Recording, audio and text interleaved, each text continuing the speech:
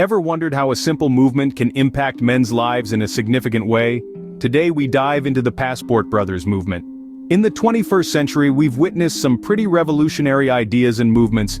From the rapid advancement of technology to the fight for equality, this century has been a whirlwind of change. But today we're talking about a different kind of revolution. A revolution that's quietly been making waves and transforming lives. It's called the Passport Brothers movement. It all started with a group of men who were discontented with their romantic and social lives. They decided to take matters into their own hands, or rather, their own passports. These men, these so-called passport bros, decided to explore beyond their home country's borders, specifically towards the Philippines and Thailand. Now you might be asking, what's so special about this movement? Why would it be considered one of the smartest movements of the 21st century? Well, the answer lies in the stunning transformation it has brought about in these men's lives. Firstly, the men involved in this movement have reported finding more compatible partners overseas than in Western countries. They've found that women in these Asian countries are not only more approachable but also more fun to be around. Rejection, an inevitable part of the dating game, is handled with more grace and less drama. Secondly, the economic advantages are undeniable. The dollar goes further in these countries, allowing these men to enjoy a more luxurious lifestyle than they would back home. And finally, the Passport Brothers movement has sparked conversation and controversy, igniting debates about gender dynamics, cultural differences, and societal norms. It's a movement that's not just changing lives but also challenging perceptions. Indeed, the Passport Brothers movement has revolutionized men's lives, but how exactly? Let's delve deeper. The experiences of Western men differ significantly from those who have joined the Passport Brothers movement. Let's explore how.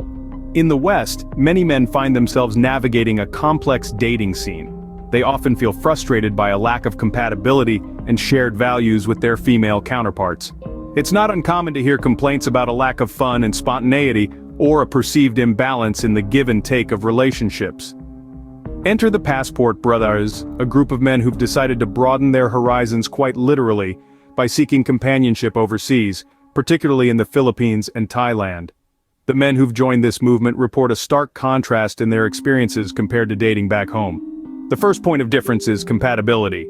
Many Passport Brothers find that women in the Philippines and Thailand share a lot of the values they hold dear. These men often report a sense of connection and understanding that they struggled to find in the West. Next, let's talk about the fun factor. The Passport Bros often mention how much they enjoy the company of women from these countries.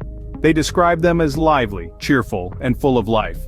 This refreshing change of pace from their experiences back home adds a whole new dimension to their relationships. Rejection, an inevitable part of dating, is another area where the Passport Brothers report a positive difference. While rejection can often be harsh and bruising in the West, these men find that women in the Philippines and Thailand handle it with a kindness and grace that makes the experience less painful. As we can see, the Passport Brothers are finding more fulfilling relationships overseas. But what else is drawing them there? The Passport Brothers movement isn't just about finding love, it's also about finding economic freedom. Yes, you heard it right, the economic advantages of this movement are substantial and truly transformative. Let's take a closer look at the Philippines and Thailand, two countries that have become popular destinations for the Passport Brothers. The dollar, or any strong Western currency for that matter, goes a lot further in these countries than it does back home. This means that a man can enjoy a comfortable lifestyle often far beyond what he might afford in his home country.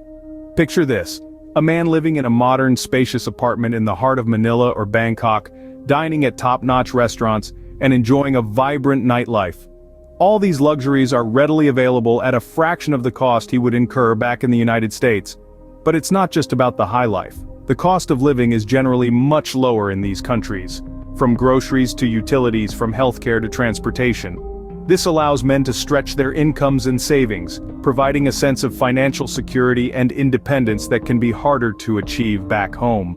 Moreover, these economic benefits also extend to the local communities. The influx of foreign spending helps stimulate the local economy, creating jobs and opportunities for the locals. It's a win-win situation that further underlines the attractiveness of the Passport Brothers movement. However, it's important to note that this isn't about exploiting these economies, it's about mutual benefit and respect. The Passport Bros are not just tourists. They're becoming part of the local community, contributing to the economy, and fostering cultural exchange. So, it's not just about the thrill of the new or the allure of the exotic. It's about the freedom to live a more fulfilling lifestyle, to explore different cultures, and to make meaningful connections. It's about being part of a global community, a brotherhood of men who have chosen to step out of their comfort zones and embrace the world. Economic benefits are an undeniable pull for the Passport Brothers. But how is this trend being received back home? Stay tuned as we delve deeper into the controversies and debates surrounding this 21st century phenomenon. Not everyone is thrilled about the Passport Brothers movement. Let's unpack the controversy. It's no surprise that the Passport Brothers movement has ruffled a few feathers, especially among Western women. Some have voiced their discomfort with the trend, accusing these men of exploiting women in countries like the Philippines and Thailand. They argue that these women, often with limited English proficiency, are being taken advantage of. However, this argument seems to overlook the agency of these women. It assumes that they are incapable of making their own decisions, which is quite a patronizing perspective.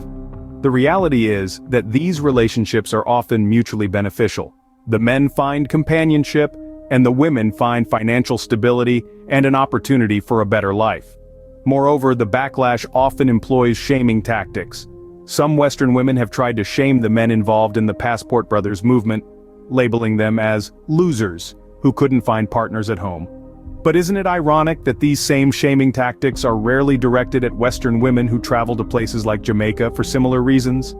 Yes, the female sex tourism is a real thing, but it doesn't seem to attract the same level of criticism. This double standard is hard to ignore. It's as if it's acceptable for women to seek romance and adventure overseas, but when men do the same, it's suddenly objectionable. This hypocrisy is creating a divide, fueling the controversy surrounding the Passport Brothers movement. That said, it's important to remember that not all men involved in this movement are just looking for a good time. Many are genuinely seeking life partners, looking for compatibility and connection, which they have found more readily overseas. While controversy surrounds the Passport Brothers movement, it's clear that it's making a positive impact on many men's lives. Despite the criticism, the movement continues to grow, transforming the dating landscape of the 21st century.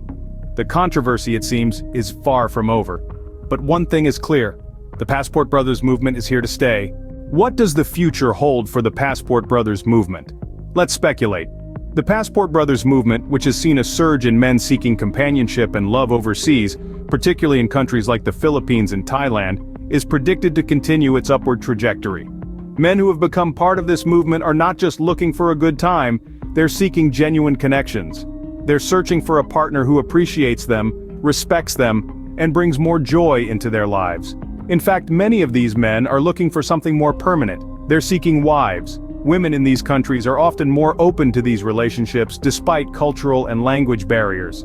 They are typically more polite in their interactions, even in instances where they might not be interested. This is a stark contrast to how some men feel they are treated in their home countries. These men aren't just getting more attention overseas, they're also enjoying a better quality of life.